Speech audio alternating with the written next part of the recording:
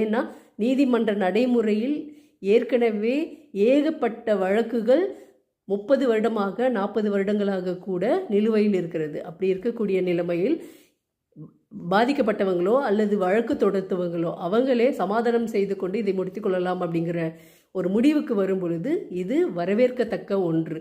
மக்கள் நீதிமன்றத்தில் நீங்கள் 2 பேரும் 2 தரப்பும் சமாதானமாக உங்களுடைய கேஸை முடித்து கொள்ளலாம் அப்படின்னு நீங்கள் நினச்சிங்கன்னா கண்டிப்பாக அங்கே முடித்து கொடுக்கப்படும்.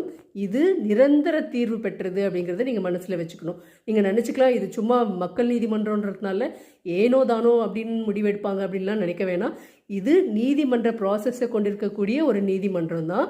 ஆனால் நீதிமன்றத்திற்கு வெளியே நடக்கும். அது மட்டும் இல்லை, இங்கே தீர்க்கப்படும் வழக்குகள் அதன் பிறகு நீங்கள் அதே ரிலேட்டடாக இல்லை அதே கேஸை கொண்டு போய் இன்னொரு முறை நீதிமன்றத்தில் வழக்காக பதிவு செய்ய முடியாது அப்படிங்கிறது